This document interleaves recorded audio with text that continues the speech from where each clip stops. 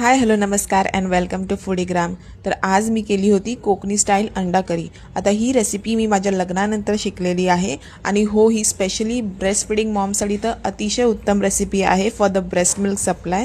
त्यामुळे रेसिपी शेवटपर्यंत नक्की बघा। आणि ही रेसिपी ना अगदी झटपट अशी होणारी आहे आणि अगदी कमी साहित्यांमध्ये होणारी आहे। त्यामुळे चला पटकन रेसिपी बघून घेऊया। आता आपल्याला एका कढईमध्ये तेल घ्यायचे आहे। तेल अगदी छान तापू द्यायचे आहे। त्यानंतर इथे मी कांदा एक घातलेला आहे, मीडियम साईजचा कांदा वापरलेला आहे, तो छान परतून घ्यायचा आहे। त्यानंतर इकडे मी अर्धा टोमॅटो घातला होता आणि तो सुद्धा छान तेलामध्ये व्यवस्थित परतून घ्यायचा आहे। त्यानंतर मी थोडीशी आले लसूण पेस्ट घातली होती। आता तुम्हाला जर हवं असेल तर तुम्ही आले लसूण पेस्टचा वापर न केला तरी सुद्धा चालणार आहे। इथे मी थोडीशी आले लसूण पेस्ट घातली होती। त्यानंतर मी बेसिक मसाल्यांचा वापर केला होता। इथे मी थोडीशी हळद घेतली होती, थोडीशी धने जिरे पावडर घेतली होती, अगदी थोडासा असा गरम मसाला घेतला होता आणि लाल तिखट घेतला होता। आता लाल तिखट हे तुम्हाला तुमच्या आवश्यकतेनुसार वापरायचं आहे। त्यानंतर इकडे मी 1 चमचा काळं वाटण घेतलं होतं।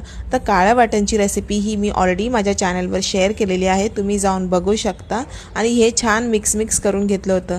तर काळ्या वाटणाला तेल सुटेपर्यंत ते छान परतून घेतलं होतं मी। वाटणला तेल सुटल्यानंतर इथे नंतर मी 1 ग्लास पाणी घातले होते आणि 1 उकळी काढून घातली होती आणि त्यानंतर मी चवीनुसार मीठ घातले होते।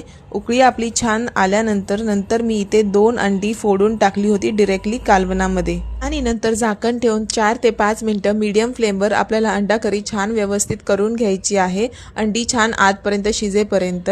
आणि हो न ढवळता ते पूर्णतः तसेच ठेवायचे आहे आणि अंडा करी रेडी आहे खाण्यासाठी एकदम झटपट अशी। चला तर मग पटकन लाईक करा, फॉलो करा आणि हो यूट्यूबवर सुद्धा सबस्क्राईब करा।